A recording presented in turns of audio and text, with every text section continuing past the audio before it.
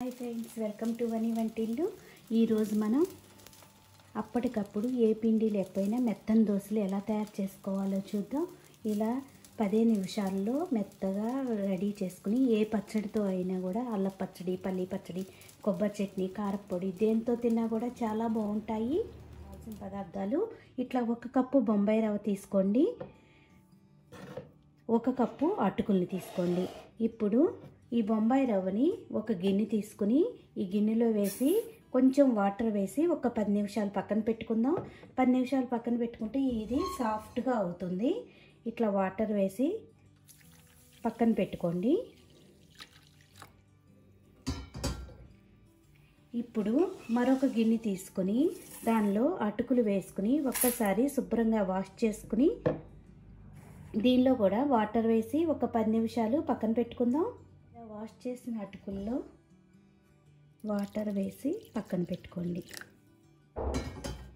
10 నిమిషాలు నానిన తర్వాత ఒక మిక్సీ జార్ తీసుకోండి. దానిలో ఇప్పుడు నానబెట్టుకున్న ఈ రవ్వను వేసుకుందాం.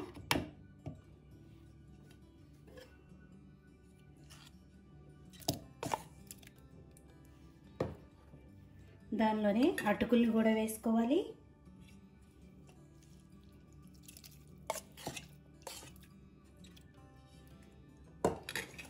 ఒక 1/2 కప్పు పెరుగు వేసుకోండి. అవసరమైతే కొద్దిగా వాటర్ వేసి మన దోశ పిండిలాగా మెత్తగా రుబ్బుకోవాలి. ఇలా మెత్తగా రుబ్బుకున్న పిండిని ఇప్పుడు ఒక బౌల్లోకి తీసుకుందాం. ఈ పిండి మరీ పలసగా కాకుండా మరీ గట్టిగా కాకుండా ఉండేది చూసుకోండి. మనకి దోశలు అప్పుడే కరెక్ట్గా వస్తాయి. చూడండి, ఈ కన్సిస్టెన్సీ ఉంటే సరిపోతుంది. ఇప్పుడు దీనిలో రుచికి తగినంత ఉప్పును వేసుకుందాం.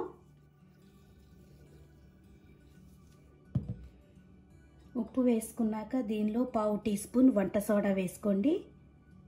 ఇప్పుడు మొత్తం మిక్స్ అయ్యేలా కలుపుకోవాలి. చూడండి, ఇప్పుడు మనకి దోశ బ్యాటర్ రెడీ అయ్యింది. ఇప్పుడు స్టవ్ ఆన్ చేసుకుని దోశ ప్యాన్ పెట్టుకుందాం. స్టవ్ ఆన్ చేసుకుని దోశ ప్యాన్ పెట్టుకున్నాక అడుగున 1 చుక్క ఆయిల్ వేసి ప్యాన్ అంతా స్ప్రెడ్ చేసుకోవాలి. ప్యాన్ హీట్ అయ్యాక ఈ దోశలు మరీ పలసగా వేసుకోకూడదు. మన బన్ దోశలు వేసుకుంటాం చూడండి, అలా వేసుకోవాలి. 1 గెరిట పిండి వేసుకొని స్ప్రెడ్ చేయకుండా కొంచెం ఇలా అంటే మనకి సరిపోతుంది.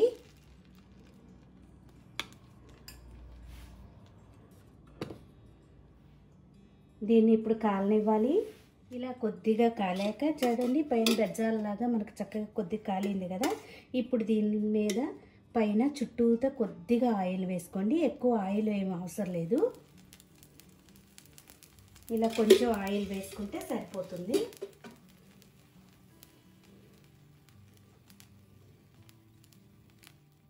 ఇప్పుడు రెండో వైపు తిప్పుకుందాం. ఇటువైపు కూడా కొద్దిగా కాలనివ్వండి. రెండో వైపు కూడా వేగిపోయింది. ఇప్పుడు దీన్ని ఒక సర్వింగ్ ప్లేట్లో తీసుకుందాం. మిగతా అన్ని దోశలు కూడా ఇలాగే ప్రిపేర్ చేసుకోవాలి. ఇంకొకటి చూపిస్తాను మీకు.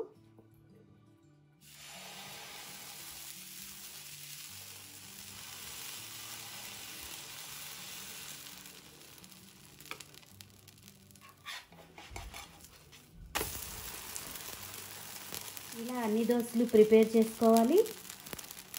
ఇలా దోశలు రెడీ చేసి ఇవ్వండి, అందరూ కూడా ఇష్టంగా తింటారు. ఈ వీడియో మీకు నచ్చినట్టయితే ఒక లైక్ చేయండి, షేర్ చేయండి, కామెంట్ చేయండి. మరిన్ని వీడియోల కోసం వని వంటిల్ని సబ్స్క్రైబ్ చేసుకోండి. Thank you for watching.